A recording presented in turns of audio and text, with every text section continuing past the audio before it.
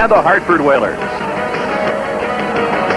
Good evening, everyone. Rick Beckham and Jerry Cheevers with you tonight. Well, the Whalers come into this at the midway point of their regular season in NHL play as they're 16-21-3. And, Jerry, they're on a bit of a roll in winning 3 of the last 4 in league play. They're sitting out 3 regulars for this exhibition game against the Central Red Army. What's their approach to this game? Well, first of all, Rick, this is a good little gap in their schedule. You know, they don't play until next Tuesday in Winnipeg, so it's 6 days off. So this game comes at a pretty good time for the Whalers. Secondly, it's going to be a chance for them, for the management, to see guys like Jody Hall in the regular shift, Adam Bird, who has just returned from the junior championships in Alaska, Torrey Robertson's first game back, Dean Evison's second game back. He'll get a lot of ice time. So it's important from those respects. And I think the Whalers want to make this important. They certainly don't want to be embarrassed by this great Soviet team. So we're going to get a great effort out of the Whalers, and it's going to be a great skating contest. Despite the fact that Ron Francis, Kevin Dineen, Joel Quenneville are not suited up for this because of various ailments, the Whalers do have some players with international experience on the roster for the game, and certainly Dave Tippett is one of those players, and they'll be relying on his experience tonight. Well, first of all, they rely on Dave Tippett every time they play the game. He's been that valuable to the Whalers, but he's played the Russians before, and he'll certainly be the leader defensively. He knows how to come back against them. He knows where to be in the neutral ice zone, and the way to beat the Soviets is to be in the right spot, get in the way in the center ice area. Well, the Central Red Army was unbeaten, 3 wins and a tie going into Pittsburgh on Wednesday night. The Penguins, led by Mario Lemieux, derailed the Red Army 4-2. So I guess we could look for a pretty steamed effort here by the Central Red Army to get back on the winning track.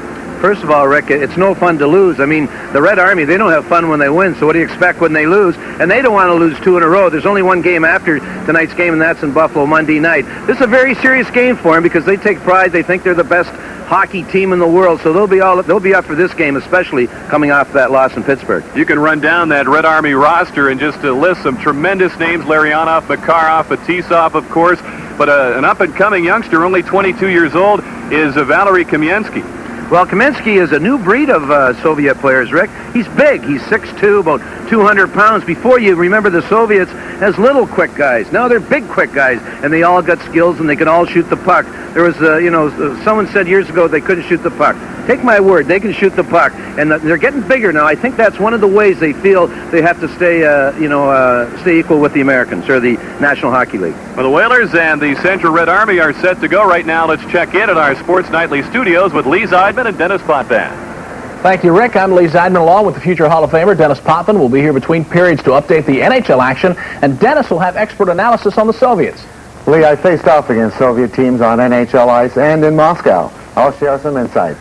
We'll have scores and highlights plus commentary between periods and the complete wrap-up after the game with Hockey Night America. But up next, face-off between the Central Red Army and the Hartford Whalers, a Sports Channel America exclusive.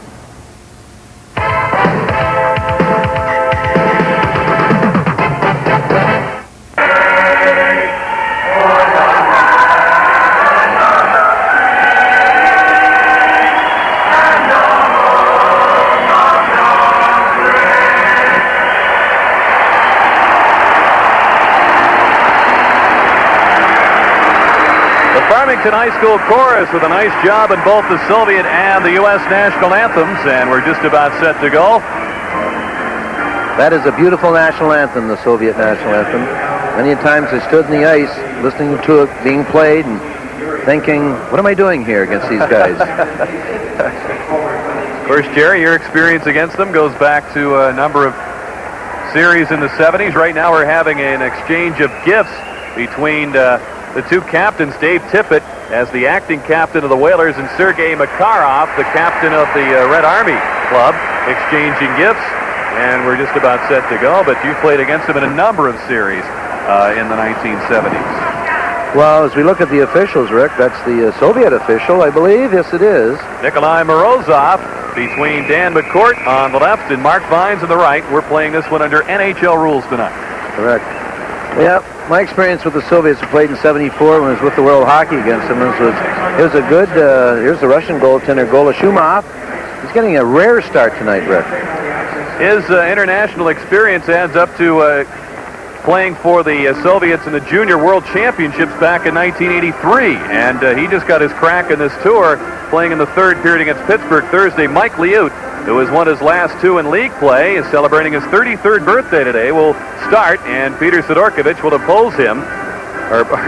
He'll pick up at the halfway point of the game. But getting back to my experience quickly with the Soviets, I was a blitzing type goaltender and didn't think I could play that way against them, but I had to stay in my net. Well, but the first 4 shots went through me like bullets, right? So I decided I better blitz them. Now, this copyrighted telecast is presented by authority of the National Hockey League and is intended for the private non-commercial use of our audience. Any publication, reproduction, retransmission, or other use of the pictures, descriptions, and accounts of this game without the express written consent of the National Hockey League and Sports Channel America is prohibited. Well, the Whalers will open up with John Anderson, Brian Lawton, and Jody Hull up front. Adam Burt, just returning from the World Junior Tournament, playing for the U.S. club on defense. Igor Larionov with a shot blocked by the other Whaler defenseman, Ulf Samuelsson. Adam Burt steals a pass. Lawton plays it up the boards, and off Hull's stick, it's taken by Lawton. Soviets playing without Vladimir Krutov, their outstanding left winger. He was injured in that Pittsburgh game on Wednesday, the 4-2 loss to the Penguins, suffering a bruised tailbone in a collision with Chris Dahlquist, and he's not expected to play in tonight's, obviously not tonight, but also in their finale against the Sabres in Buffalo on Monday. Jody Hull works against Sergei Makarov. Plays it out to Fetisov, lets the shot go. It's blocked by John Anderson. Larionov finds Fetisov. It kicked off his skate, and it's tipped away by Burt. Igor Larionov plays it to Sergei Nemchinov, filling in for Krutov on that left side. On the big KLM line, and the Whalers bring it back 2-on-1. John Anderson with Brian Lawton. The pass is blocked by Starikov, and the Soviets clear it down the ice. No icing as Sylvain Cote will give chase. Rick, we might look at the Soviets right off the bat here and say, you know, they really don't have a jumper. They're uninspired. But it seems to me in this trip they've just played to the level of the opposition. McDermott with a shot, and Golashumov bends that off with the blocker. In front, it's Ferraro with the back, and he scores! Ray Ferraro scores at the 128 mark, and it's 1-0 Whalers. This opportunity was created by a blazing shot by Paul McDermott. The best way to check and get results in the other team's end is by a shot. This is the result of the goaltender Golashumov making the save. McDermott, no one is in front of the net. Ferraro gets his puck up quickly over the glove of Golashumov. 1-0 Whalers. Here's McDermott. I'll tell you, not only did he get the shot away to create this opportunity, but he went and took the body immediately. There's Ray Ferraro. See, once again, we talked at the start of the game, what can the Whalers get out of this? You know, you play the Soviets and you learn a lot of things about yourself. You know, they're one of the best teams in the world. There's no doubt about it. It just shows you've got to shoot from everywhere against everyone. Drive to the net or whatever. I know the one thing. Shots lead to forechecking, and forechecking leads to goal. Vladimir Malikov with a pass. It's taken by Evgeny Davidov. Davidov, number 11, bothered by Dave Tippett. Alexander Chernik with a pass, and the Soviets move it out. Valery Zelepukin makes his move. His shot is deflected away by Randy Ledesur, and it lands over the glass and out of play. 12 years ago, the Whalers pulled an upset, to say the least, against the Soviet national club. Back on December 27, 1976, right here at the old Civic Center Coliseum, the Whalers won 5-2, and Larry Plow was on that club, the Whalers coach. It really was. It was an exciting game, and the players, the fans, everybody in Hartford enjoyed it. But it was a game we scored a couple shot-handed goals, and as the game was over, I was going off the ice with Bill Friday, and he said to me, you know, we've just witnessed a miracle. I guess so, with people like Ron Busniak and Dale Smedzmo in that Hartford lineup taking on the Soviet Nationals. They caught him in the first game of an 8-game tour against WHA competition, and I guess the Soviets had a little jet lag, but the Whalers were pumped for that one. Torrey Robertson seeing his first ice since November the 1st when he was injured. Suffered a broken right leg against the Montreal Canadiens. Koschekin drops it back. Shirvanov with a shot that's fended off by Mike Liut. Seesaw with a pass in front.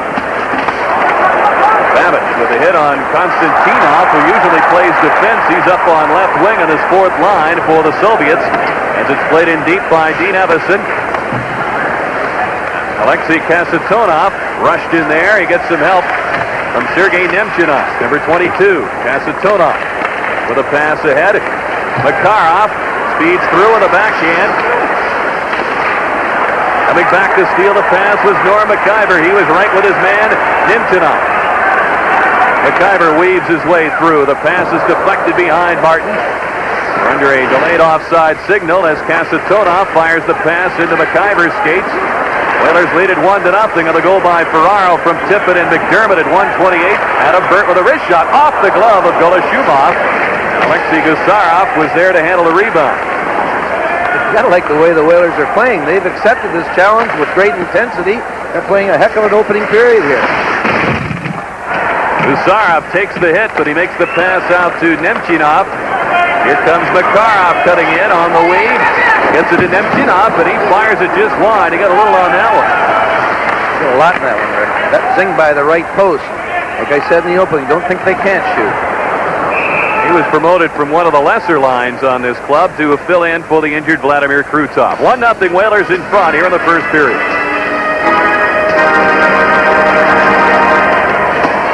Torrey Robertson in his first shift back after a broken leg. He hasn't lost anything. He wipes out the linesman. Fetisov does it all again. Here's Danny McCourt. Drops the puck between Vyacheslav Bykov, number 19, who's played immediately by Sivan Kote. Valery Kamensky, the man we told you about in the open, is on this line with Andrei Homatov. Mike Liut clears the puck.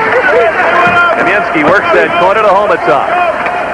It's to Bykov. This was the top line in the Soviet National League last year. They won the Trud Trophy, ending the 6-year reign of the KLM line for that award.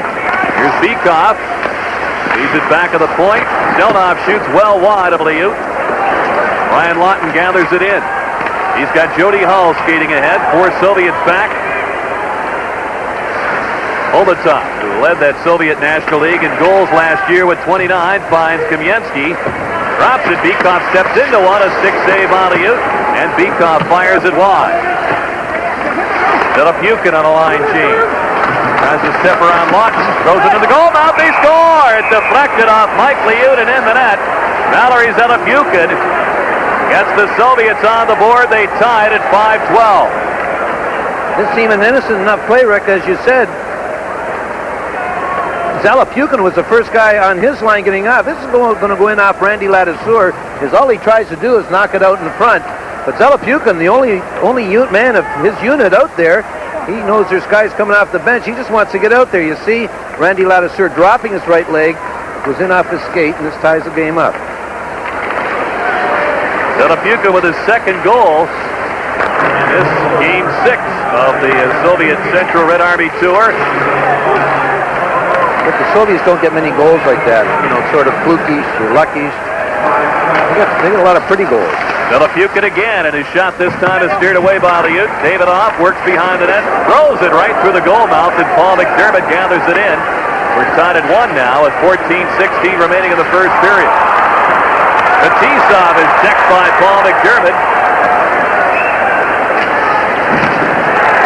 Fetisov playing tonight with Starikov on defense. Davidoff flips it in, or Koschekin. Pavel Koschekin looking for room to shoot. He's followed by Scott Planadors. Koschekin still hangs on to it, sets it up for Starikov. He shoots a pass save by Dave Tippett with that long rebound. Ahead for McDermott. But Paul McDermott is a force out there. He's had about 4 or 5 good hits. I'll tell you, I'm not so sure Fetisov wants the puck anymore in that neutral ice area where he got croaked. Nice play by Adam Bird to pick the puck off the stick of Tiberov. Scott Young had it taken away by Koschekin. Igor Tiberov lets it go, and it's deflected away by the 19-year-old Burt. He'll turn 20 next week, and he gained valuable experience in that World Junior Tournament. He says it was just great to play again. He only appeared in 5 games with the Whalers earlier. Here's Dean Evison with a pass for Scott Young. He's met by Gusarov in that corner, number 5. Robertson takes it. Story trying to fire it in front. Evison was well tied up by Gusarov. Burt plays it at center. Young flips it in for the Whalers. Alexei Kasatonov, the outstanding veteran defenseman, out for Nemchinov. Makarov slows up the pace a bit. Larionov will circle with him. Soviet Player of the Year last season, Igor Larionov drops it by Makarov, but it's taken by Gusarov at center. Makarov has Gusarov racing in on the backhand, lets it go. Kicked out by Mike Liut, a tough backhand. Kamensky wrestles with old Samuelson. Valery Kamensky. As Samuelson's dumped on a pick by Makarov, here's a shot, a save by Liut. Kamensky picks it back up again. He's got Larionov on the back end. He's decked by Randy Ledesser. Makarov with a shot, a save, and it's sent right to the goal mouth. They look for Kamensky, jamming at Liut. He makes the stop, and Mike Liut hangs on for the whistle. 11:55 to go in the first. We're tied at 1. You're watching the National Hockey League on Sports Channel America. Channel America, Joe Nieuwendyk and the Calgary Flames travel to Edmonton to take on Yari Curry and the Edmonton Oilers at 8 o'clock Eastern, 7 o'clock Central. Catch this great Smythe Division rivalry right here on Sports Channel America, the network of the National Hockey League. Beekhoff couldn't get the shot off, and it's taken by Brian Lawton. Randy Ledesser. Across to Sivan Cote. Whalers with a goal by Ray Ferraro from Tippett and McDermott. Valery Zelepukin has tied this game up for the Soviets. Pass in front is deflected away. We've got a whistle, and I think we've got penalties to both teams upcoming from Morozov, the referee. I was going to say, with Morozov as the referee, you won't see many power plays. If you do, there'll be about a 3-to-1 ratio in favor of the Soviets. Now, that's not being prejudice or anything like that. We're going to watch this little hookup in the corner between Cote and Hamatov. He's just going to give him roughing penalties or something like that. But, you know, he refereed one of the games at Rendezvous, and they're going to get high sticking calls, I guess. But he refereed one of the great games at Rendezvous, and the penalty ratio was, or the power play ratio, 3 for the Soviets, 0 for the National Hockey League All-Star team. So I don't think the Whalers can expect many power plays this evening. Well, they've been alternating referees in this series between National Hockey League referees.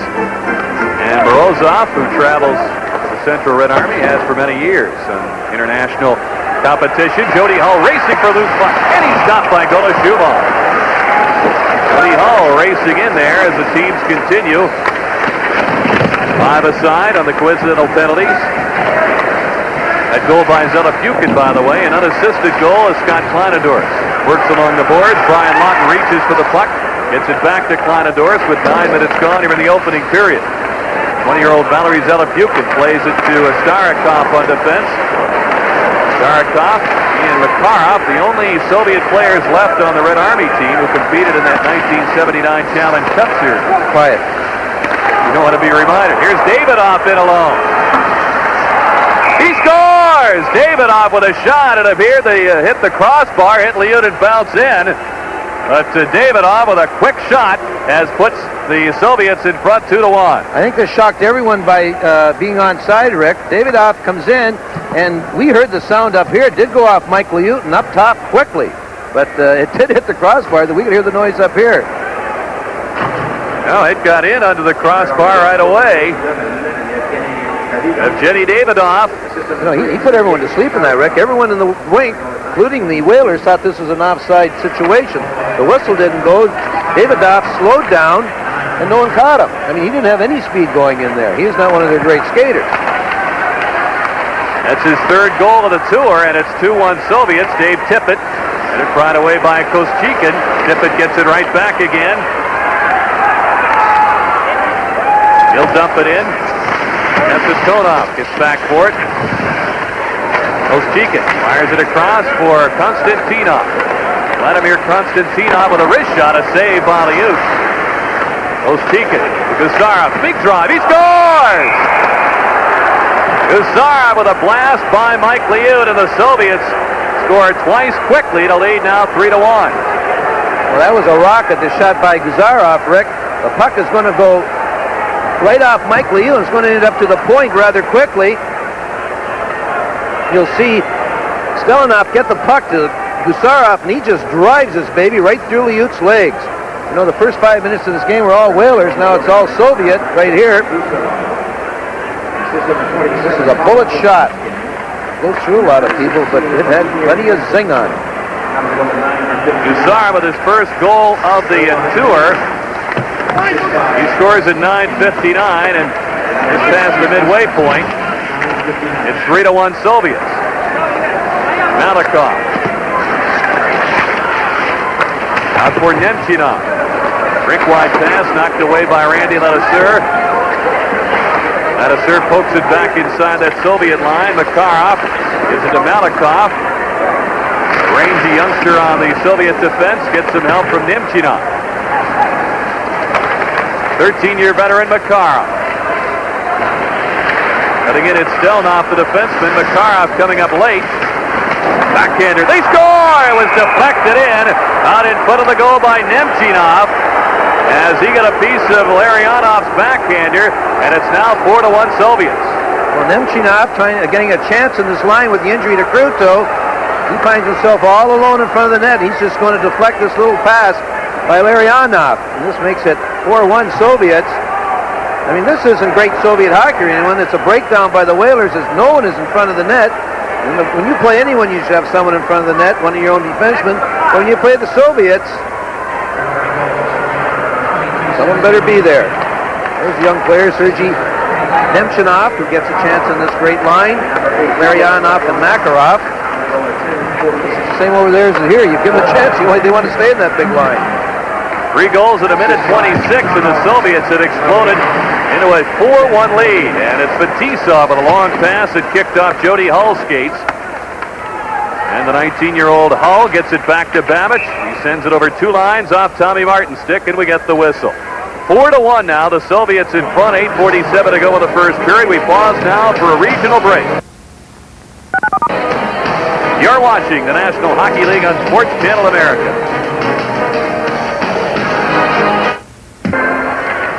Look, if Larry Plow wanted to bottle a way to start a game, he bottled tonight's game. That first 5 minutes of the Whalers, he'd want to start against that way against anyone. But the last 8-9 minutes has just been lopsided. The bottom's fallen out for the Whalers. Just unbelievable breakdowns in their own zone.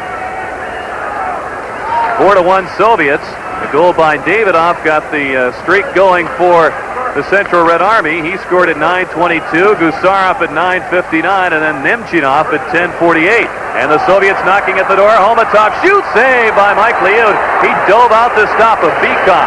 Gustarakov with a shot, it's deflected wide. Oh, runs into Homatov, and Ulf Samuelsson starts it back. The puck deflects to Brent Peterson. Martin gives chase, rolls it toward the net, and go to Shumov, who's been lonely at that Soviet end for the last few minutes. Turns it aside, and the Red Army starts up the ice ahead. As it's Bikov, he's double-teamed. It's taken now by Zelepukin. Run out by Randy Ledesur, effectively. Sivan Kote played against the Soviets in the World Junior Tournament a couple of years ago for Team Canada, made the All-Star team, and like Adam Bird, found it to be a very valuable experience. He goes against the Soviets tonight. Torrey Robertson with a pass in front, taken away by Zelepukin. Out ahead for Davidoff. Talented Evgeny Davidoff. Stops quickly. Kasatonov with a shot deflected away by Ledesur. It's taken by Robertson. Clearing attempt knocked down. It's saved by Chernik. He had it poked away by Sivan Kote. Whalers working out to center. John Anderson feeds Torrey Robertson. Kasatonov is back. Robertson fires in the goal mouth. Lawton couldn't battle his way through a couple of Soviets. It's pried away by Gusarov. He cuts in on Scott Kleinendorf. Gusarov drops it back for Davidoff. Here's the Kasatonov with a backhander that's wide. Robertson pokes it ahead to Brian Lawton. Soviets will start again at center. They'll take some time to allow for a line change. The Whalers make a change as well. Ferraro, McDermott, and Dave Tippett come on, the unit that has produced the Whaler goal. And Ferraro, who has that goal, feeds McDermott. He's met. And it's Chibarov. He gives it to Konstantinov. Long drive off Liut's pad. The rebound, Kostichin shoots, and it's off the skate of Norm McIver. From the point, Malikov shoots, save by Liut. Puck comes down to Kostikin, and Liut was there to make that stop. Soviets all over the Whalers again. Ray Ferraro steams back. Three Soviets are back defensively. Igor Stelnov steps ahead. Couldn't feed it through to Konstantinov. Igor Larionov.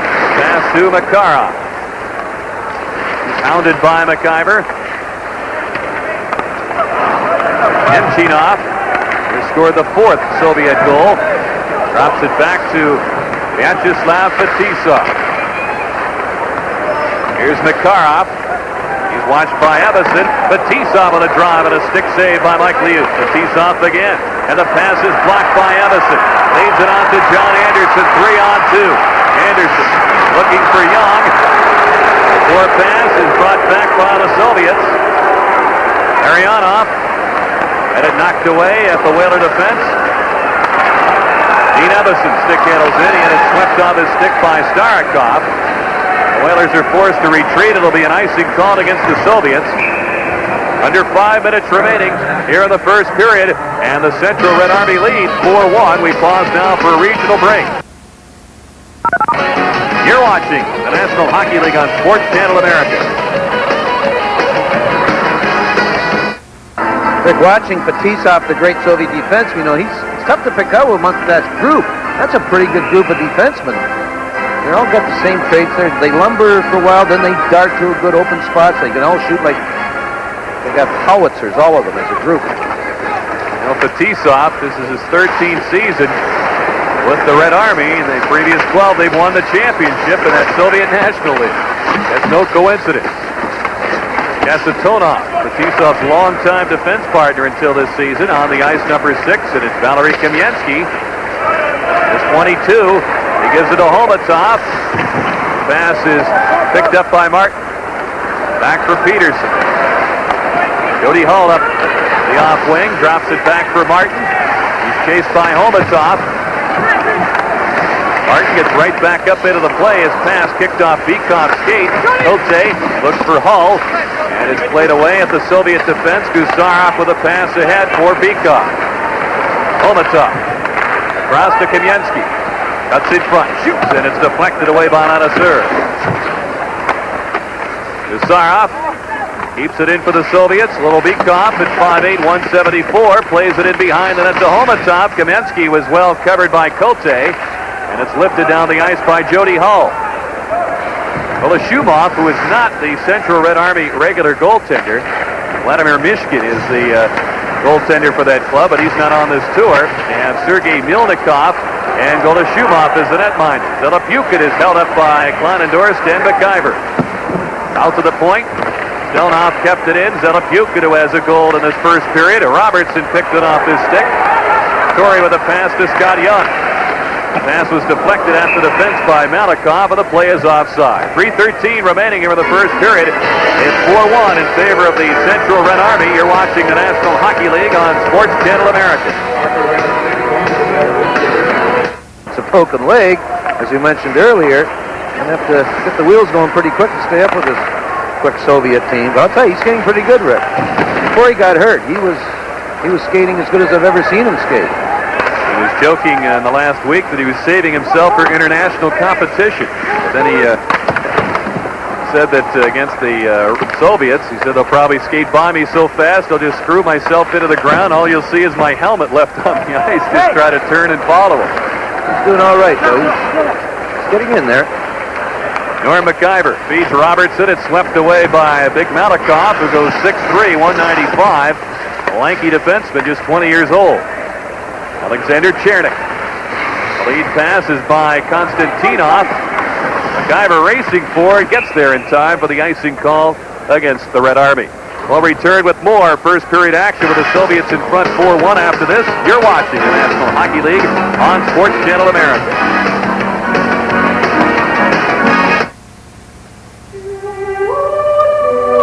It learned to run in the Black Forest. 4-1 Soviet Red Army. The goaltender, Golashumov, Rick, he does not even come out to the rectangular crease, the old rectangular crease.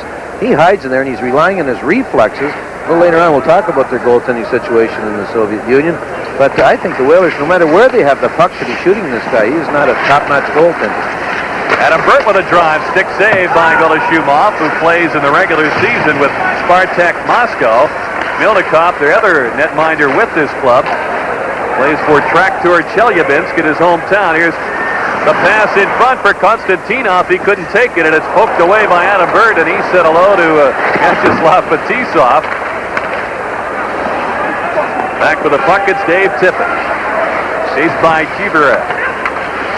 Igor Chibarev working on him as Adam Burt takes it. The Whalers' second-round pick in '87 angles the puck in. Fetisov, the 30-year-old. The pass, it kicks off Konstantinov and down the ice.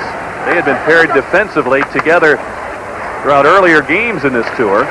Soviets coming in at 3-1-1, the Central Red Army Club, on their tour into this match, and they conclude their play against the Buffalo Sabres on Monday night at the Odd in Buffalo.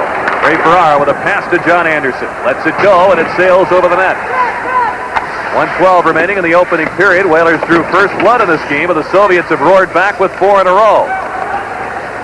Evison has to hightail it back. Dino's on with Anderson and Tom Martin in front of Babbage and Cote. Here's the pass for Martin. Going to make his move on Kasatonov. Gusara can't sneak it past Sivan Cote. Evison leaves it behind the net. Anderson one-handed in front, and Makarov is there. The 10-time Soviet All-Star makes the pass to Kasatonov. Back to Makarov on the backhand. Leaves it for Larionov. Tom Martin works the corner along with Dave Babbage. Evison with 26 seconds to go in the period clears it out, and Kasatonov, and the Soviets will reorganize at center. They're just having a little team back now with 18 seconds left, and they'll take one last rush here. They'll try and spring someone. Ladiseur knocks down the pass. Malikov with 5 seconds remaining in the period. Larionov is knocked down by Torrey Robertson. Here's Jody Hull. He runs out of room against Malikov, and the whistle blows, ending the first period of play. Well, the Whalers scored first, but the Soviets took over from there. The shots, the Soviets 15, Hartford 7, and the scoring summary, Ferraro scoring from Tippett and McDermott at 1:28, then Valery Zelepukin unassisted at 5:12. Evgeny Davidov with a goal from Starikov at 9:22, and the Soviets scored their first of 3 goals in the span of a minute 26. Alexei Gusarov scored from Koshchikin and Konstantinov at 9:59.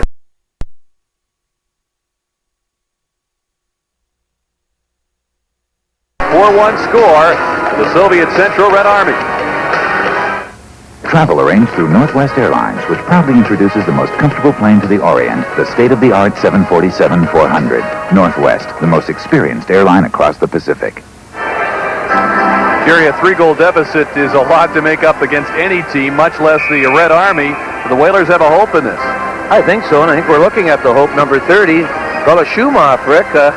He doesn't impress me at all. Maybe I'm crazy, and he didn't have much work after the first 5 minutes. But he sure plays deep in the net, and I think the Whalers should be aware of this. And every time they get the puck inside the blue line, their first spot should be to shoot it on the net and go to the net. Like I said, shots lead to loose pucks in the corners, and leads to forechecking and opportunities. But one thing they can't get caught up in, if they hope to get back in this game, is those fancy passes like maybe the Russians are doing tonight. No reason the Russians are doing it, because the Whalers are standing still. As we start the second period, it's Vyacheslav Fetisov on defense. He feeds Larionov. Starikov with a pass.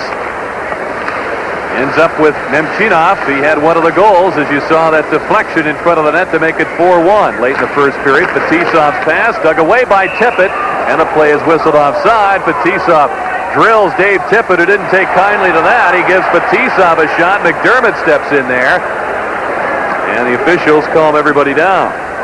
Davey Tippett's a class guy. This is an offside, a late offside. You're going to see it develop right here, as it's one of the Whalers already in. Now that's a fade that's gone. The whistle is gone.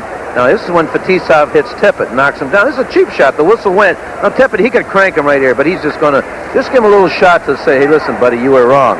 And then comes McDermott and Ladiseur.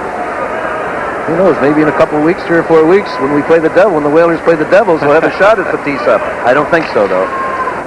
That's the big sidebar following the Soviets around on this tour is the status of Fetisov. He's apparently been given clearance to play by everybody involved except the Army. As the shot is deflected away, Tippett was knocked over in front as he bumped Olashubov on the collision with Starikov. At a serve of the shot that's wide.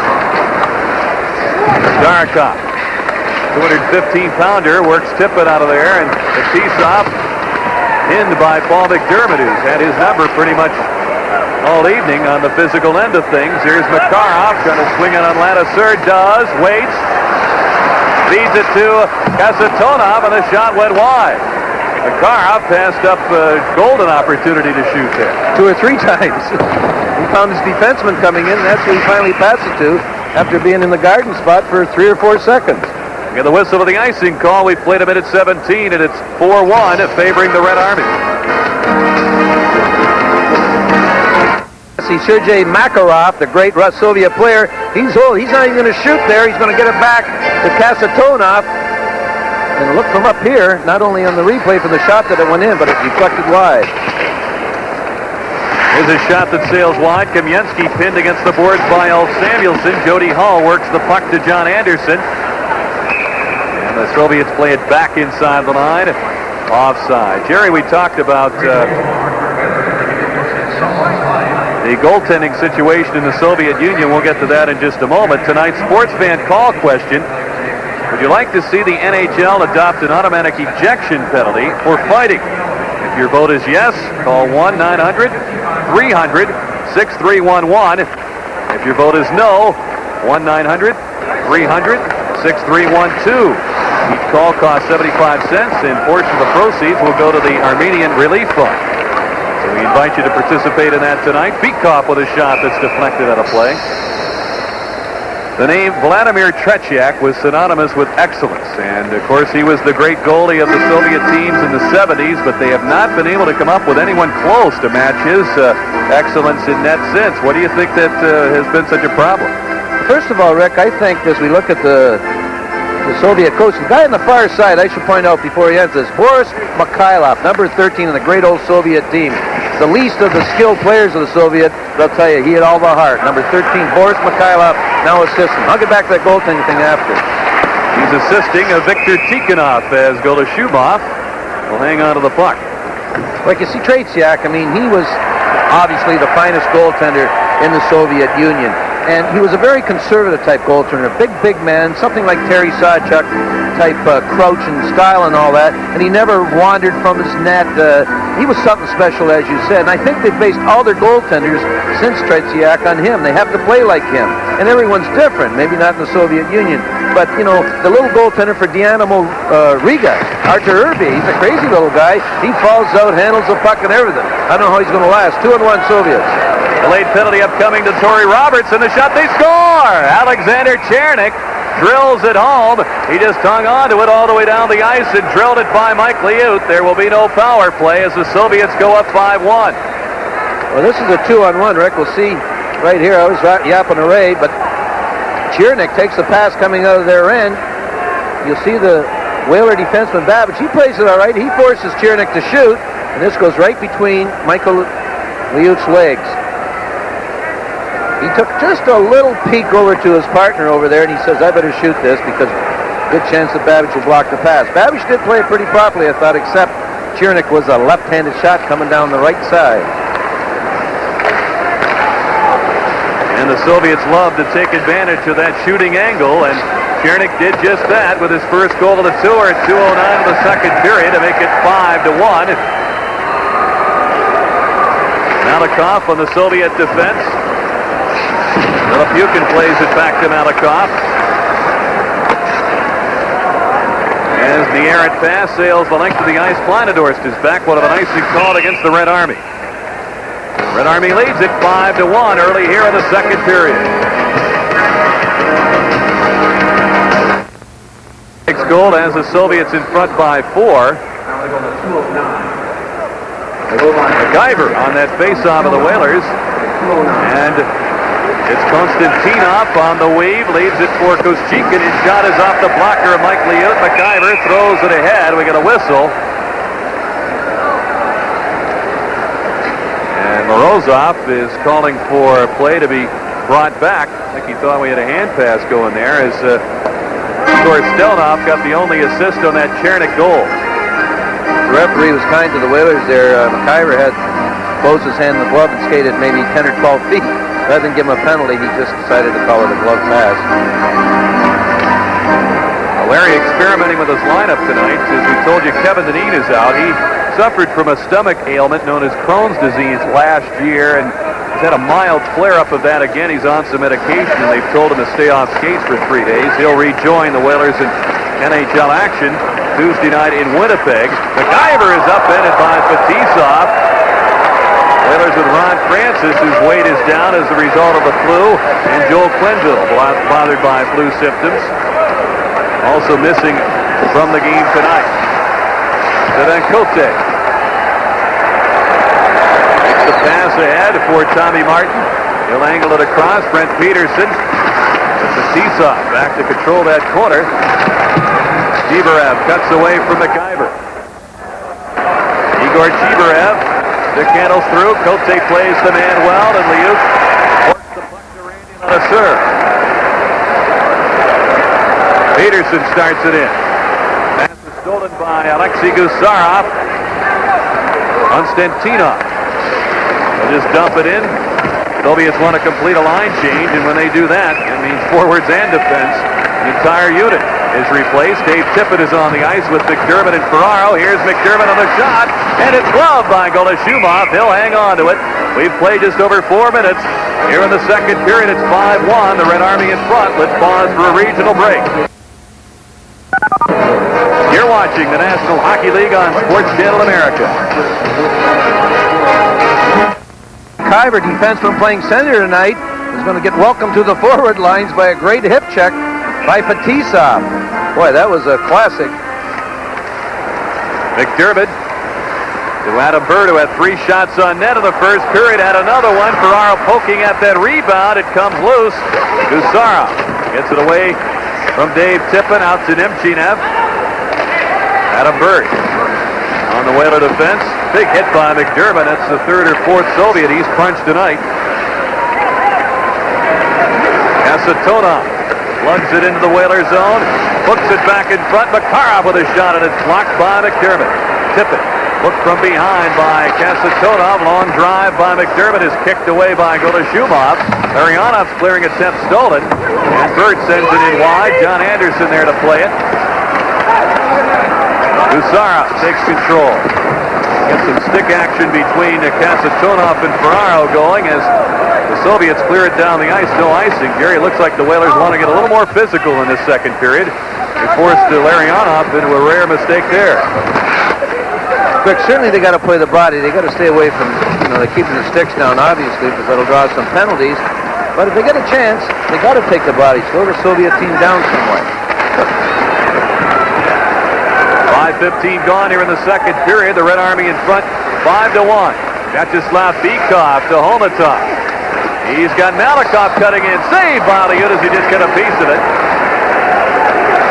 Anderson's pass stolen by Homatov. Whaler penalty upcoming. Jody Hull touches the puck, and Morozov signals tripping, and the Whalers will be shorthanded for the first power play of the hockey game. Dave Babbage, he got caught in an awkward position here as the pass was intercepted. See right here, there's the trip. There's no doubt about that. As Homatov, they would have had a 3-and-1 in there. Babbage had no other thing to do than to trip him. He's shaking his head at it. So our first look at the Red Army power play that went 1 for 7 against the Penguins in Pittsburgh on Wednesday night. Whalers, of course, near the top in penalty killing efficiency, ranking 3rd at 83.5% shorthanded. This will certainly be a good test run. We're going to see some good puck movement, good body movement. Malikov to Kamensky, the shot by Bykov, he scores! Vyacheslav Bykov Wow, you talk about great passing and great shooting. Bekoff made no mistake, and it's 6-1. That was certainly good puck movement. It was 5 seconds when the puck was dropped. You're going to watch Bekoff when he kicks the puck back to the point. He's going to go right into the slot area. And you'll see this great pass right here, and he just tees it up and whips it by Liut. No chance for Mike Liut. 5 seconds. The faceoff was inside the blue line. Here it is again.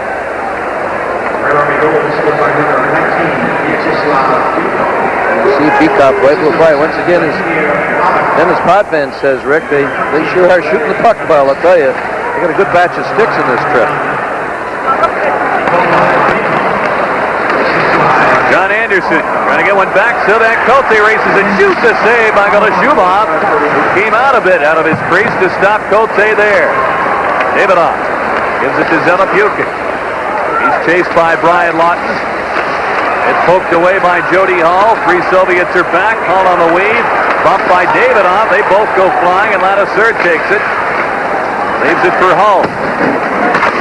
Starikov couldn't sneak it past Anderson. Hall in front. The backhander's just wide. And it's in the equipment of Starikov, and Anderson was poking away at it. Morozov blows the whistle. 13:44 remaining here in the second period. 6-1, the Soviets in front. We pause for a regional break.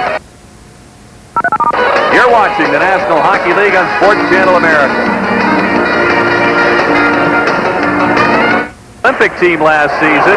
Of course, he knows what these Soviets can do as the Whalers trying to get a goal back here. But Young faced them last winter, and he knows some of the pitfalls that you can fall into playing the Soviet Union, and told them about us earlier tonight.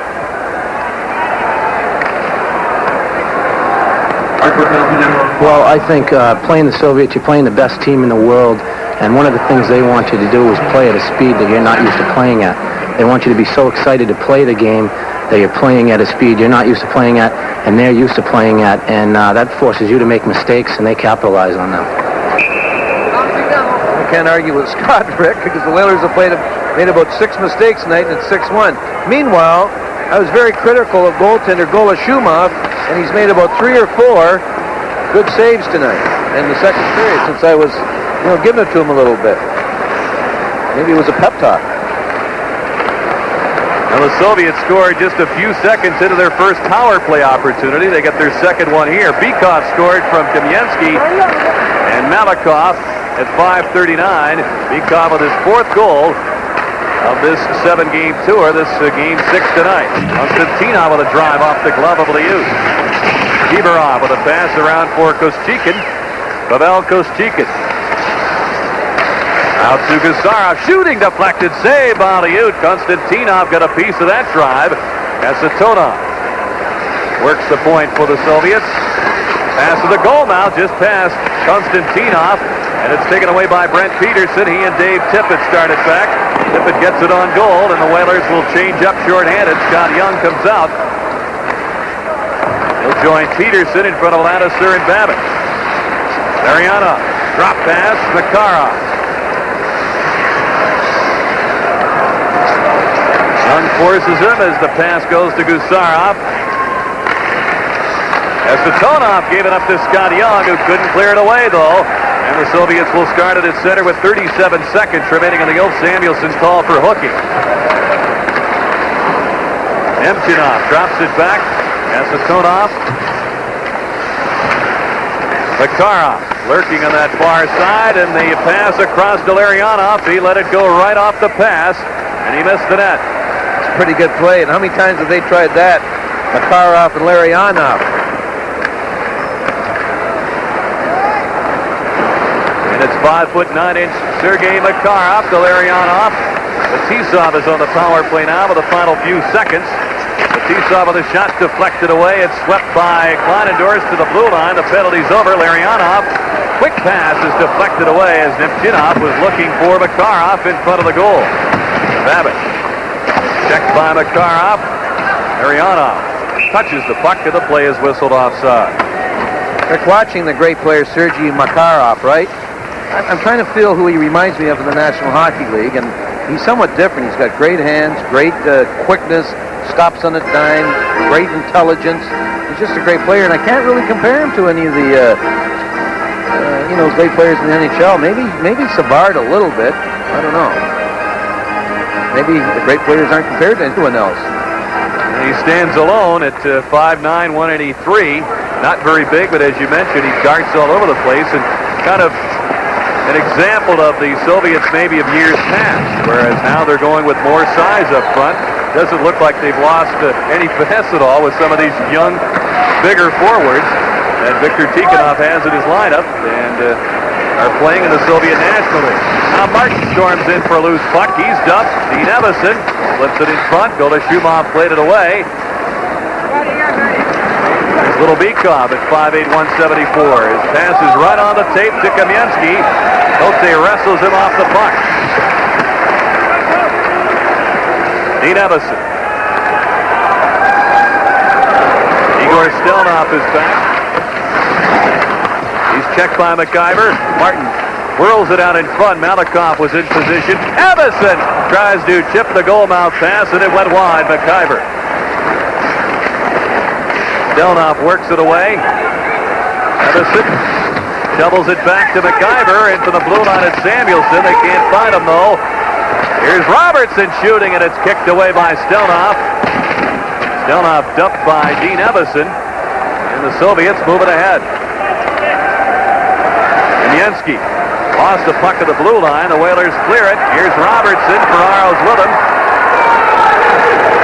Ray Ferraro, goal now pass. They score!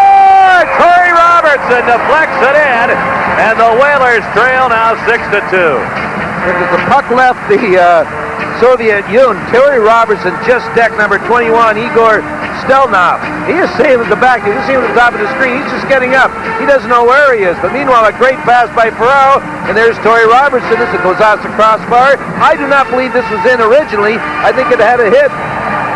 Golashumov and go in. But look at 21. He just got to his feet. Let's see if it originally went in. It's going to go off the crossbar. No, it didn't. There it is. That's finally crossed the line. As it went off the crossbar, hit the back of goaltender Golashumov, and it's 6-2. But the ironic part about this, Robertson just decked Igor Stelnov, and the play left the Soviet zone. And you can see at the top of your screen, Stelnov, he was in the twilight zone somewhere going, what's happening? And he got turned around, and Torrey ended up getting up. There he is, just getting up. Stelnov, and he has no idea what's going on. He's hurting a little bit. I don't think he'll be back playing. Look at Torrey. He wants to give another shot right there. I like that one. Well, they're changing goaltenders now, Rick. Peter Sidorkovich is warming up as he takes over for Mike Liut at the 10:13 mark of the second period. Liut faced 19 shots and stopped 13 of them in that span. Sidorkovich, of course, a rookie with the Whalers, and what an impressive first half of the regular season he's had here. It certainly is. He's wearing new pads tonight, those big white pads. To be truthful, I don't like them. They're kind of high in Peter. One of his positives in this first half of the season was the quickness of his legs, and I don't know if he's going to be able to move very quick with these new pads on tonight. But hey, if you got to wear them, you might as well start him tonight. These goals don't count as goals against. Peter, no, go ahead. I was just going to say, Peter is Polish-born from Brown Białystok, and he says his family's more interested in the Soviets facing the Whalers tonight than he is. As we look at Stelnov, and he is indeed hurting. He is hurting. I thought it was Torrey. I guess it was Dean Evans that drove him one.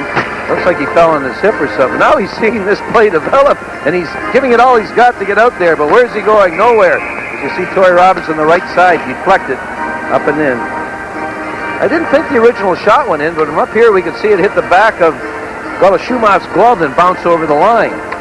That's the first mistake the goaltender's made this period, Rick. And matter of fact, in the 6 or 7 shots he's had, he's been rather solid. It shows you what I know about goaltending. I don't know about that. Well, Torrey Robertson from Ferraro and Samuelson gets the Whalers on the board at 10:13. And I was saying about Sidorkovich, he and his family emigrated from Poland while Peter was the age of 3. And he says it really doesn't mean anything extra to him to be playing the Soviets, but perhaps his parents would like to see the Whalers thump the Central Red Army. Well, they're going to have to go some to do that tonight as McDermott dumps it in. Down in the press room, cabbage rolls tonight. Here's Kasatonov. 3-on-2 for the Red Army. Kasatonov looking for Chernik. McDermott back to Ferraro. McDermott shoots and it's blocked at the defense. Gusarov takes over. Gets it back from Davidoff. Gusarov looks for Davidoff, and he was hooked away from the pass by Dave Babbitt. Paul McDermott. With Brian Lott with him. McDermott shoots a save by Golashubov. McDermott yanked to the ice. The Soviets will be penalized. This will be the first Whaler power play of the game coming up on the penalty to Starikov. Once again, our sports fan call question: would you like to see the National Hockey League adopt an automatic rejection penalty for fighting? If your vote is yes, 1-900-300-6311. If your vote is no, 1-900-300-6312. The cost of the call is 75 cents. A portion of the proceeds will go to the Armenian Relief Fund. That is if you are in favor or not of an automatic ejection penalty from games for fighting. Well, the Whalers will have a chance on the power play as Starikov did get the hooking call on Paul McDermott, who's been one of the more physical, aggressive Whalers this evening. There we look at Sergei Starikov. Rick, I think a good play or a good philosophy or attitude by the Whalers right now is, you know, regardless of what happens for the next 38 minutes, let's try to stop the Soviets from scoring. Maybe we'll get beat 6-2, but let's have a good second half here. You know, we're in a tough division here, the Adams division. Nothing is solidified yet. So let's just make sure we play a good, solid defensive game. Whalers with Lawton, Home, and Anderson up front of the power play. Young and McIver are the point men.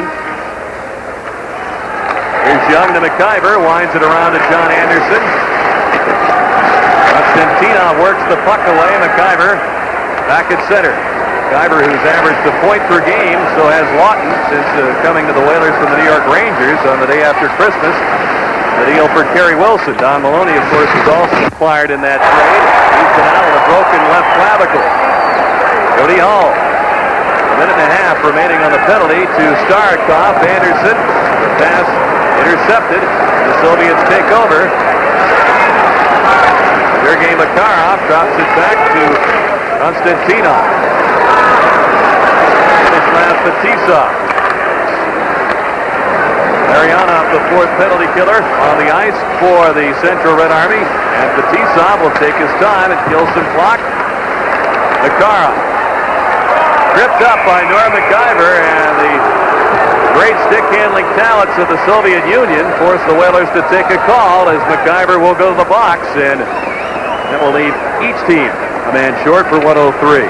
Well, they had Larionov and Makarov on the ice, and these are two talented players, and they were just toying with the Whalers, even though they're a man short. McIver finally takes Makarov to the ice, and the teams will be even. This should be a treat for the next minute and 3 seconds, 4-on-4 with the Soviet. We're going to watch Jody Hall, Rick, and this is one of the problems the Whalers have with him. They don't think he's aggressive enough.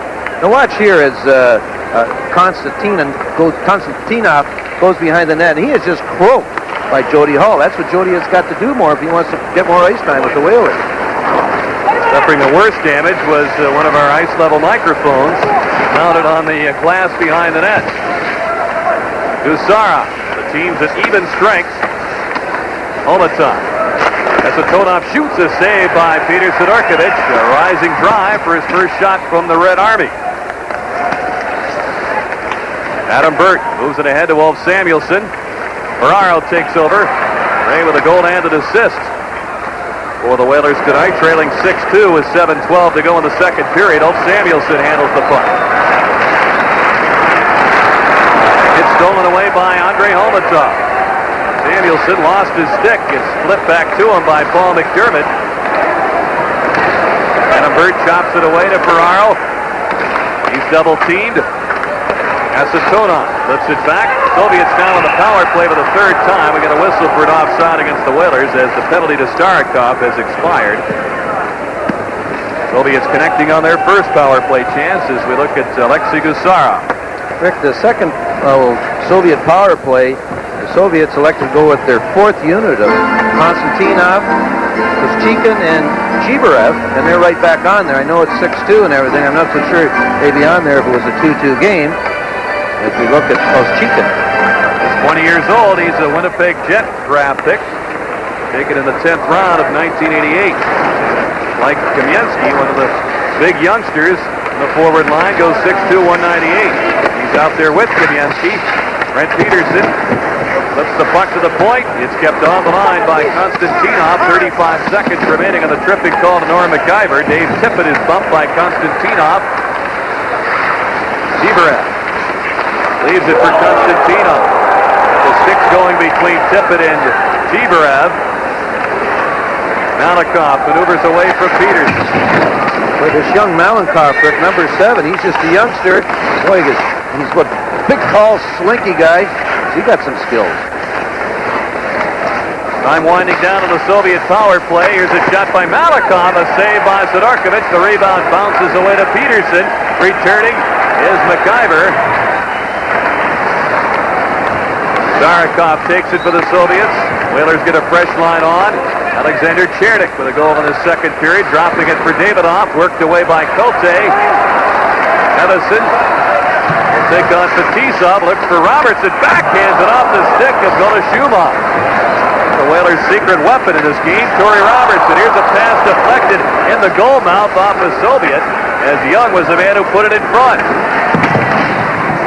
Fetisov hands it away to Evison. Young with a backhander, deflected wide by Fetisov. Vyacheslav Fetisov will move it ahead. The Soviets come out. Chernik looks for Koschekin, shooting, and he sails it over Sidorkovich's head. Back comes Young. Big drive, saved by Golashumov, and Fetisov there for the rebound. Whalers will start again at center under 5 minutes to go in the second. They trail 6-2. Hey, Robertson, has been one of the better Whalers tonight. There's no doubt about it. Fetisov and him had a little toe-to-toe down there, eyeball to eyeball, and Fetisov really knew what to do. Torrey did, though. Emchinov circles around Kleinador, throws it in the goal mouth, and Sidorkovich kicked it out. Here comes Peterson. Martin races into the corner. It's poked away by Kasatonov. Martin loves it ahead, but Gusarov takes over. Spins it out to the 24-year-old Nemchinov. He plays for the Soviet Wings during the regular season in that Soviet National League. So he's really enjoying an opportunity to play on the famed line, KLM line, without Mr. Krutov on left wing tonight. Okay. Brent Peterson works the corner for the Whalers. Flips away from Gusarov. Goalmouth try, they score! It hit Tommy Martin as he was decked in the net by Larionov. And Morozov, the referee, is waving off the goal. Brent Peterson is arguing.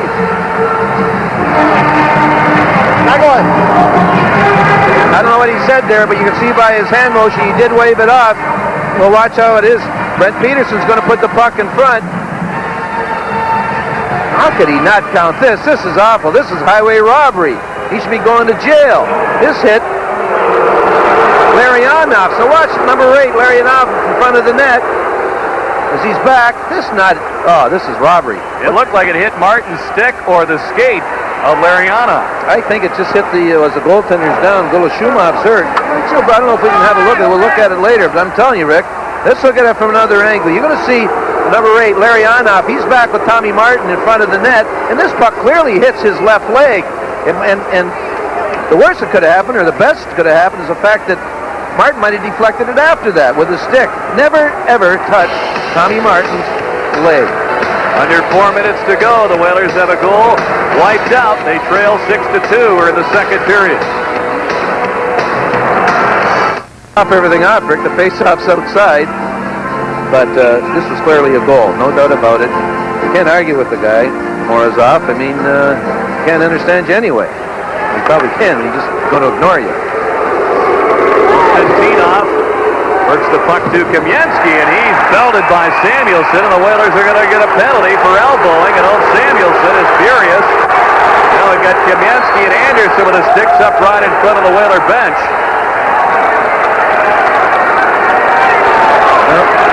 Well, if it's going to go to the penalty box for an elbow. John Anderson signaling that he was high stick. As big Valerie Kaminsky, one of the new big breed we're talking about. Let's watch it go down. Now that's an elbow. Are you kidding? First of all, the elbow never reached the facial area. It was right onto his right shoulder, on Kaminsky's right shoulder.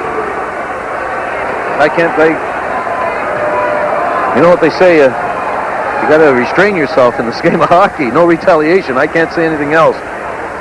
Very cheap. Well, I guess I'm going to say something else. A very cheap call, and the goal should have counted. This isn't the first time a call by Mr. Morozov has been questioned over the years that he has worked these international games. As you said, he travels with the Central Army team, and maybe I shouldn't say this, but he's also in their team picture. He was on the ice for their practice yesterday, too, over at South Windsor Arena.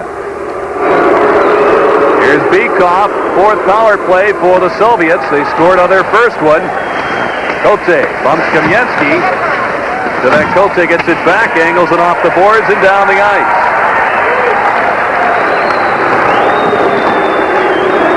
I think Mikhail Gorbachev had this in mind with his perestroika and glasnost plans and openness and friendliness between the two superpowers.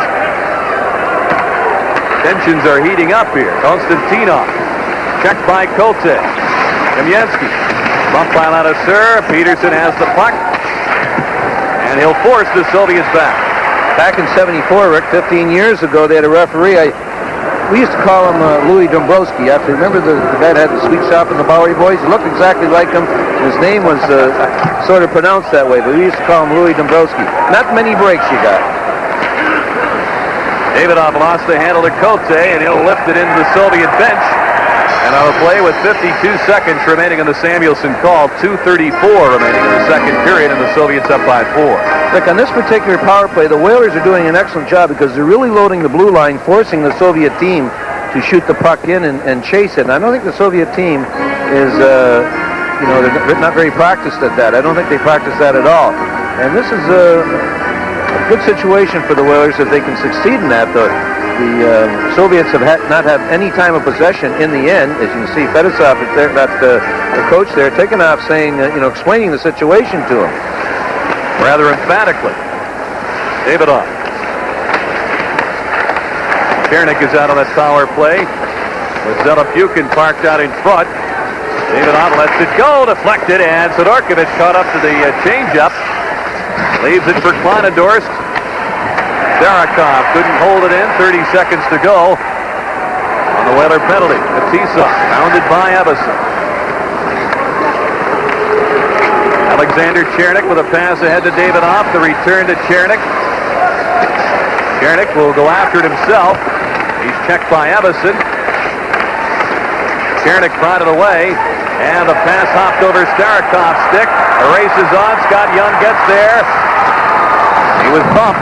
Centers out in front, just out of Evason's reach. Chernik has Davidov with a 2-on-1 penalty over. Davidov goes across, and Kostikin couldn't get the shot away as it hopped off his stick.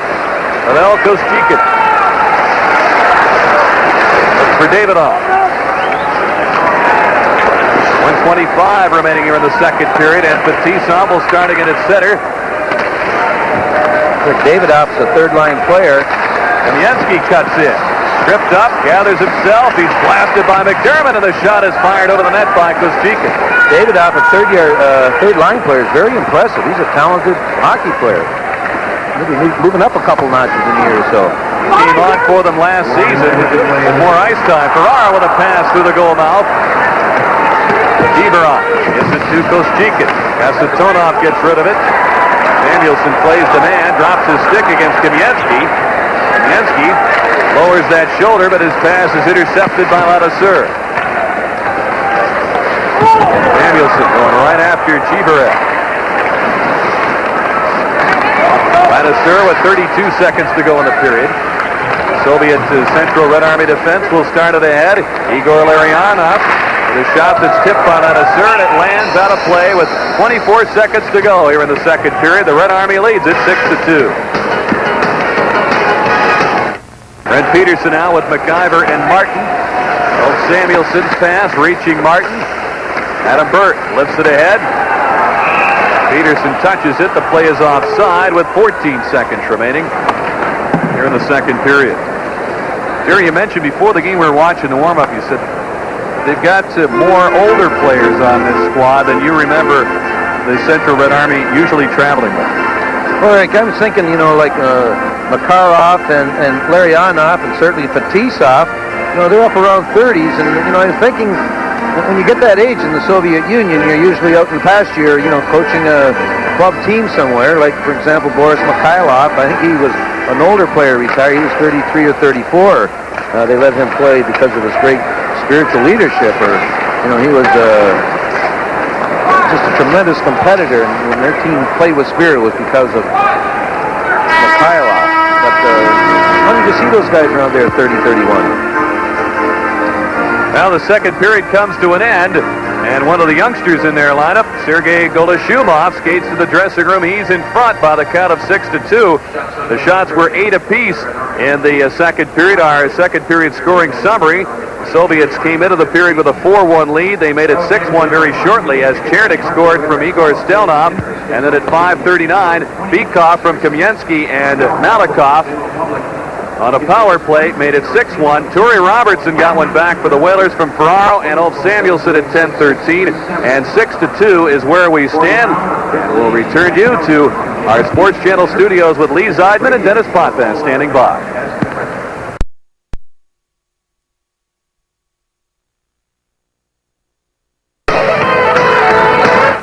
For the start of the third period, Jerry, I can't let you get away. You were describing Artur Urbe, the outstanding goaltender for the Dinamo Riga team. The way you were describing it, I would bet Dennis Potvin, looking back at his career, let's say, unorthodox goaltender, who would that remind me of? Might be you. No, I think Billy Smith more than me. Dennis would have to say Billy. But I guess Urbe... Chubby little guys. Okay, well, Artur Urbe, I guess, has told people that he copies his style after Jerry Cheevers, which is unusual for Soviet goaltenders because, as you mentioned earlier, they don't usually have the opportunity to show much individuality or flair. Well, I tell you, he is exciting, Rick. He hounds the puck more than any Soviet goaltender. And if he copies himself after me, he's going to have a tough time making the national team. I think he's going to move up in their system. I'll tell you, I love watching him. Now, this guy right here, Golashumov, I really, question him. This is his first start on the tour. He relieved Michigan, the other goaltender the other night, and played the last 20 minutes in Pittsburgh, I believe it was. And he played pretty solid in that second period. Peter Sidorkiewicz with his new white pads. I hate white pads. I would never wear white pads. They scare me. I always think that the puck could go through them. Morozov, he's kind of scary himself. Now we're talking about that. But well, the sellout crowd of 15,223 here at the Civic Center readies itself at the start of third period play. Brian Lawton out with Jody Hull and John Anderson. The Whalers have a defensive Samuelsson and Adam Burt. Starikov won the race to the puck, and it's whistled down on the icing call. Rick, this faceoff is going to be in center. It was icing, but the referee, the linesman, thought that the Soviet touched it first. But in essence, with Brian Lawton down there, there was no icing. But he did call it icing, so the faceoff will be at center again, in case people were wondering. It was a mistake by a linesman and admitted a mistake. That's good. They can admit it. At least the faceoff won't be in the Whalers' end. Starikov starting to play up ice, and it's Sergei Makarov. Makarov, who's been the leading scorer in that Soviet National League 9 of the last 10 seasons. Jerry mentioned he's getting up in years at age 30. Already 13 seasons. Well, the Soviets start him young in this National League. Just about everybody who's anybody in that league started at 16 or 17 years of age. That was their 15th year of hockey then also. Well, Samuelsson backhands the puck down the ice. No icing. Starikov back for it. Anderson trying to play it to Ferraro. It's taken away by Makarov.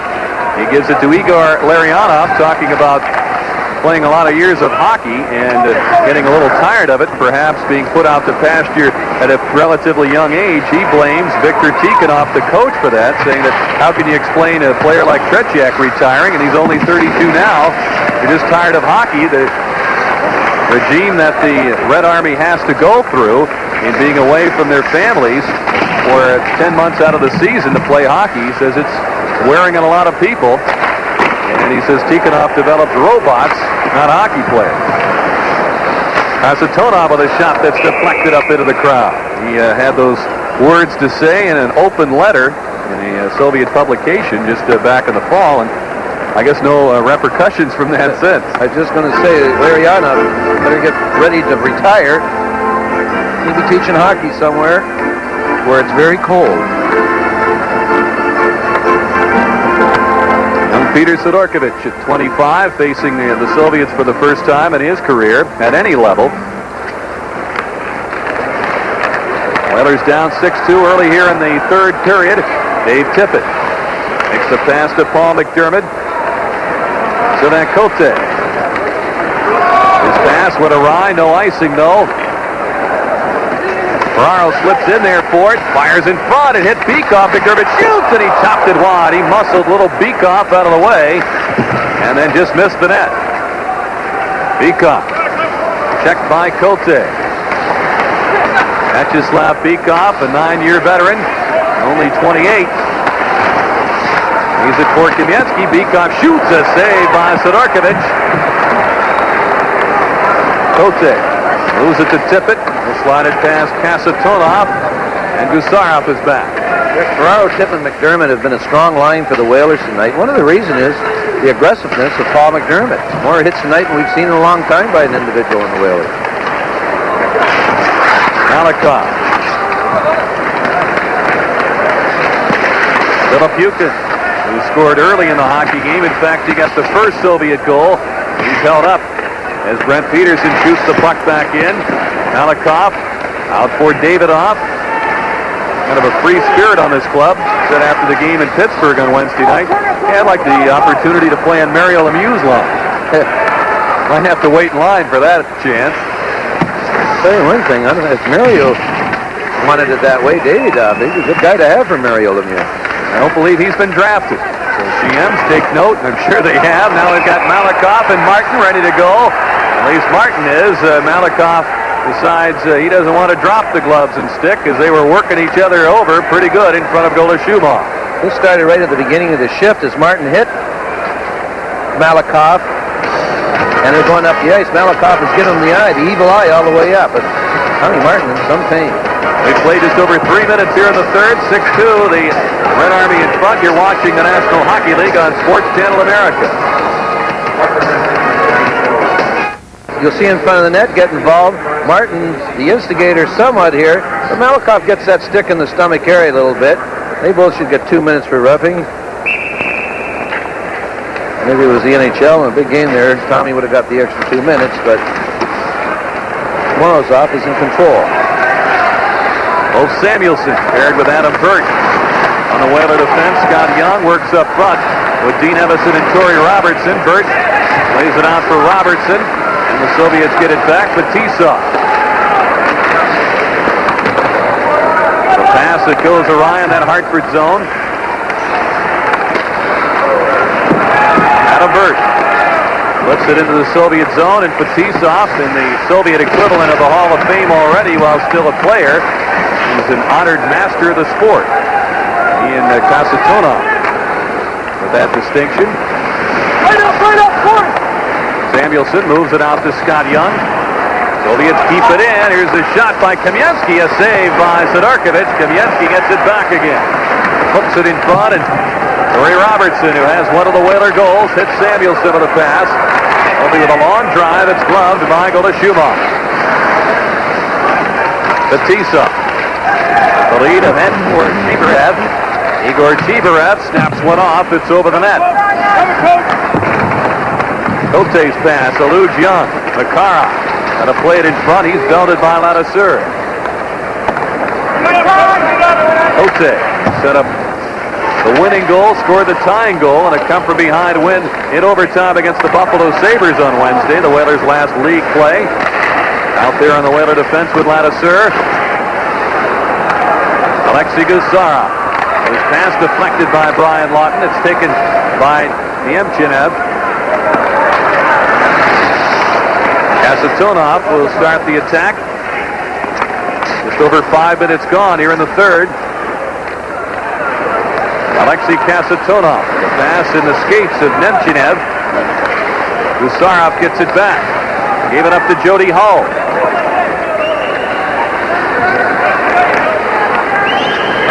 Kasatonov plays it around to his defense partner. Gusarov let it get away. Cote right there for it. Feeds Ferraro. Threads the needle to Tiffany. Score! John Anderson in front. Flips it home, and the Whalers trail 6-3. You know, Rick, we said at the halfway mark, if the Whalers looked after playing defense, who knows what's going to happen in this game? Well, they haven't allowed a goal since then. They play pretty good hockey. Cote makes a great play in keeping it in, surprising Makarov. And you see the resulting goal by Anderson. He flips it over Golashumov. See the play by Cote to Ferraro, and it hits Kasatonov's skate right up to John Anderson. He flips it up again, up the top, over Golashumov. Well, I tell you, the Ray Ferraro has had a heck of a game tonight. Whalers looking for another as Ferraro's pass is tipped. Malakoff out to the point. Babbage holds it in. Wrist shot is blocked by Konstantinov. He's checked by Tippett. Well, Ferraro with a goal and 2 assists tonight. McDermott lands the hit. Konstantinov has the puck. Stripped of it by McDermott. Malakoff to start the rush. McDermott in there thumping bodies again. Tip it over to Babbitt. Shooting. Saved by Golashumov, and it's handled by Beakoff. Long lead. Intercepted by Babbitt, and the hand pass is whistled down by the linesman, Mark Vine. 13:50 remaining here in the third period. 6-3. The Red Army in front. You're watching the National Hockey League on Sports Channel America. Once you hear it, you gotta get near it. There's a whole lot of nothing going on. You want a snack? You gotta get that pack. There's a whole lot of nothing going on. Incredibly delicious and so full of energy, Planters nuts are one irresistible snack. Once you hear it, you gotta get near it. There's a whole lot of nothing going on. In the second part of this hockey game, the Whalers have been a little ornery with their play.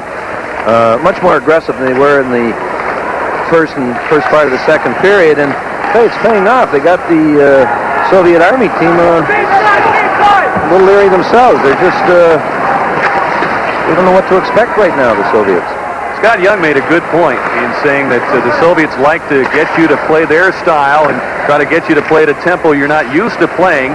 And the Whalers are feeling a little more of the tempo at this point. The Soviets, I guess, are being forced to play a little bit more of the physical style than maybe they'd like. Norm McIver. He's on defense with Adam Burt. Actually up front here with Ulf Samuelsson on the back line. Brent Peterson, McIver, and Martin up front.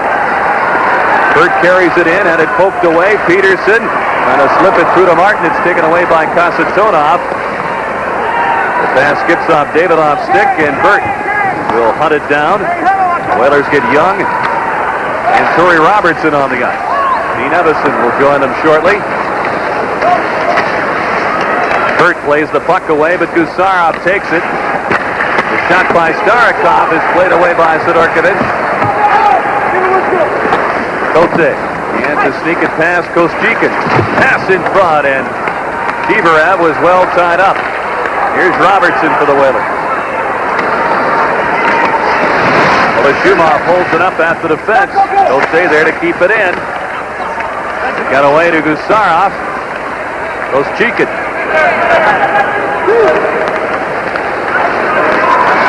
Leaves it at the blue line. Here's the shot that's wide. Sidorkovich plays it away from Kostikin. Hands it to Dean Evison.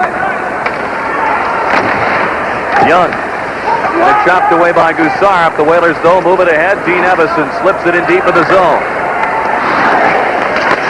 Malakoff's pass knocked down by Robertson. Gusarov moves it to Nemchiner, and he is belted by Dave Babbitt. He looked up for the puck, and he found a big Whaler logo right in his face. Ostikin drops it back to Malakoff. Konstantinov plays it out to center, and Babbage takes it there. Looks for Brian Lawton. Lawton stick handles into the zone, trying to beat Konstantinov. The pass hit the back of Malakoff. Tough to get a pass around him. Makarov stick handles his way through. Babbage still plays the man. Sidorkovich moves it around to Anderson. John Anderson's goal at 5:28 from Sivak Kote and Ray Ferraro. Whalers in the short end of a 6-3 score with 10:50 to go in the third period. Igor Larionov plays it to Konstantinov. Larionov has it again.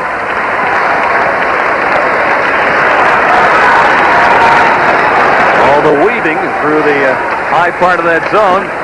Soviets trying to shake somebody free, but the Whalers playing pretty good defensively, as Jerry noted.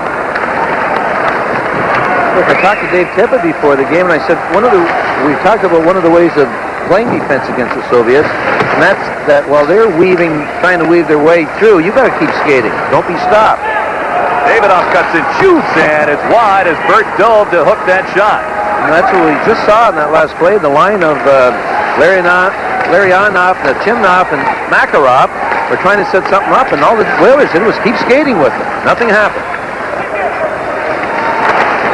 Omatov with a shot that's snuffed out by old Samuelson. Tippett hands it quickly to Paul McDermott. Has to battle his way through. He's held up at the defense by Starikov. He kicks it though to Ferraro. Goal mouth pass. Samuelson to the backhand. His try is played away by Fetisov. Ferraro trying to shovel it home. And Starikov with a goal mouth kept the puck out of the net. Here's Ferraro. Gets it to Samuelson. Starikov sends it out to the point. Ferraro dove to try to hold it in. He could not. 2-on-1. Kamensky back with Omatov. Kamensky shovels and backhander is stopped by Sidorkovich. Kamensky slips out in front. He's belted by old Samuelson. The Whalers are going to go down tonight, and they fell behind 6-2 in this hockey game. They appear to be intent on making the Red Army pay for it. They landed some good hits. McDermott, Samuelson, Babbage with one a few moments ago. Kenny Davidoff. Pass to Cherny. Delapukin. He goes down. Davidoff holds the play in. Hey, Rick, the Soviets right now will be a very happy team that this game was over. It's getting rough down there. Peterson slips it to McIver. He speeds in. Gusarov catches up to him. It's taken away by Alexander Chernik, who has a goal tonight. Davidoff, young 21-year-old. You mentioned he's increased his production to 16 goals last season with increased playing time, and he's one of their bright hopes. People might say, Rick, geez, that's not a lot of goals, but it is in the Soviet Union when I think the leading goal scorer is 29 goals. That's right. Omatov led the league. Didn't even make the All-Star team last year. 8:05 remaining in the third period. 6-3. The Soviets in front. We pause now for a regional break. You're watching the National Hockey League on Sports Channel America.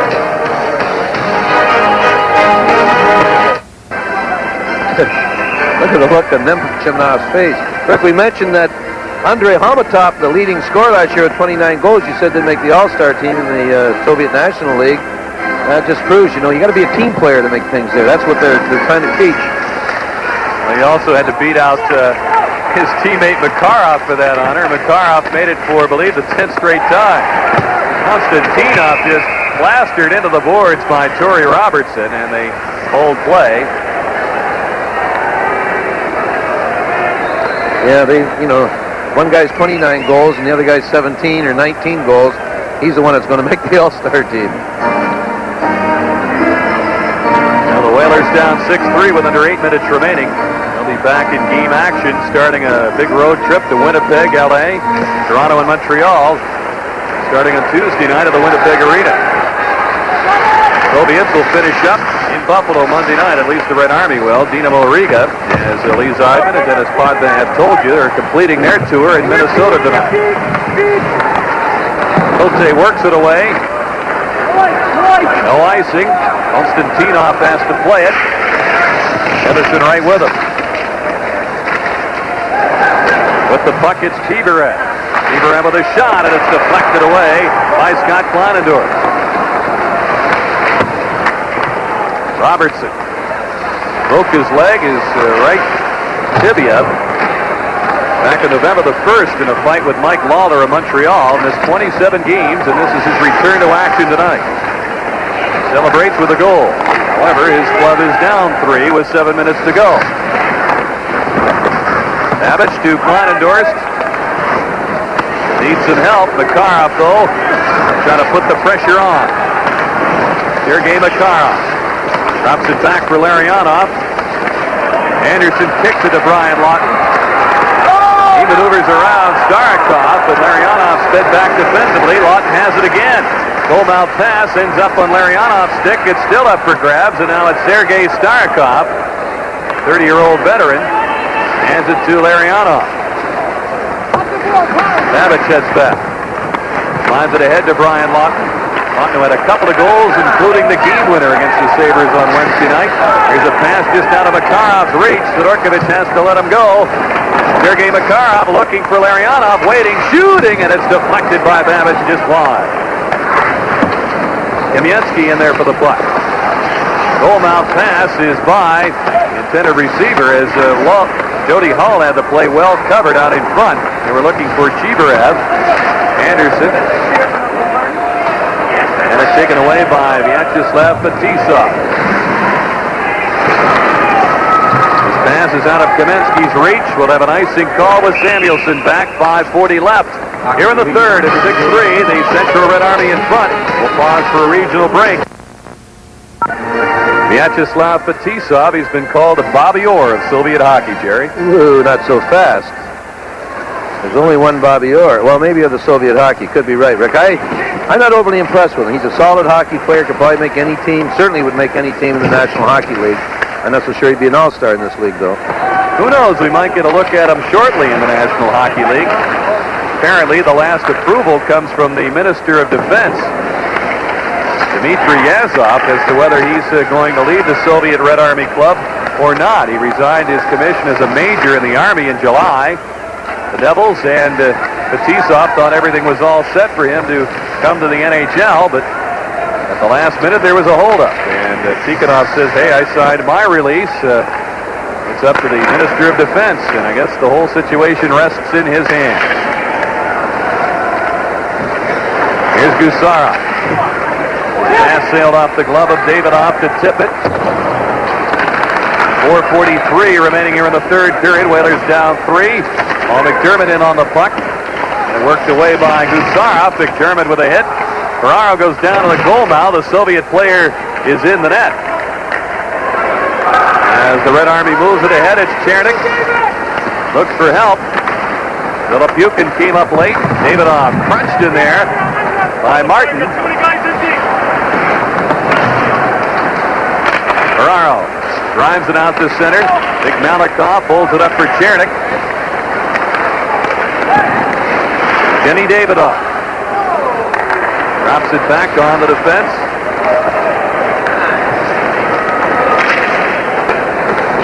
Davidoff on right wing. Actually, it's Zelapukin, number 10, with the puck. As the swing in, Ladouceur swept the skates out from under him and gathers the puck in.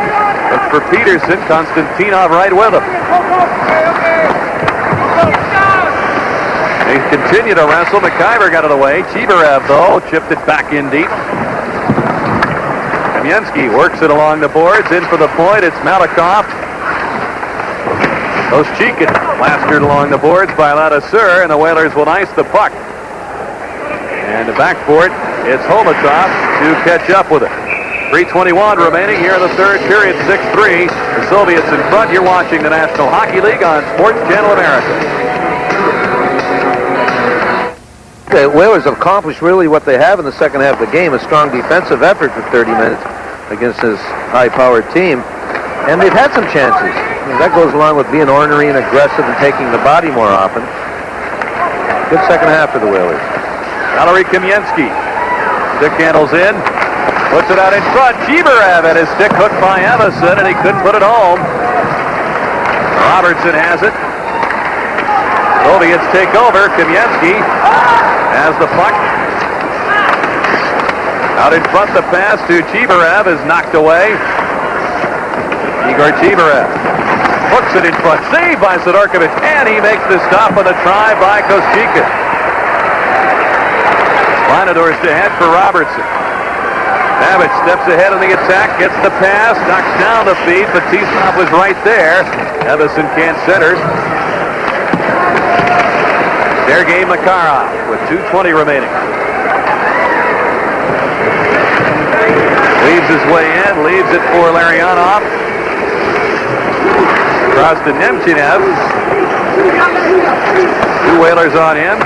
Jerry, we understand next year 4 Soviet teams are going to come over to play games against National Hockey League clubs, and it's supposed to count the standings, if I'm correct in assuming that's official.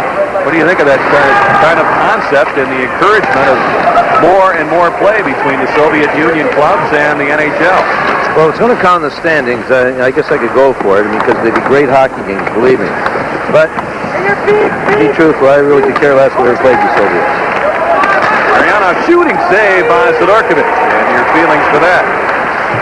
Well, I just don't think he had anything to gain. I've been involved with them some time, and it's never in your favor. For some reason, they want everything their own way.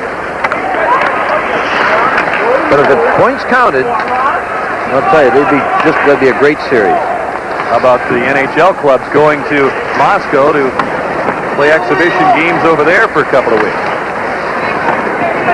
You got to be in California or Florida. You don't want to be a part of that. No, I don't. The teams to be involved in that, apparently 2 NHL clubs have not been named officially, though Calgary is often mentioned in conjunction with that. Under a minute to go here in this third period. Vyacheslav Bykov with a power play goal for the Soviets. Dumps it in to Van Cote. McDermott plays it out to center.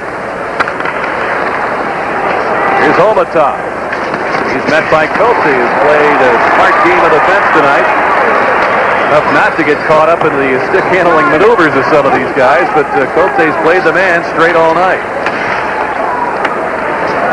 Here's McDermott. And again a step on Gusarov, who lands the hit. 15 seconds to go. Olmatov clears it.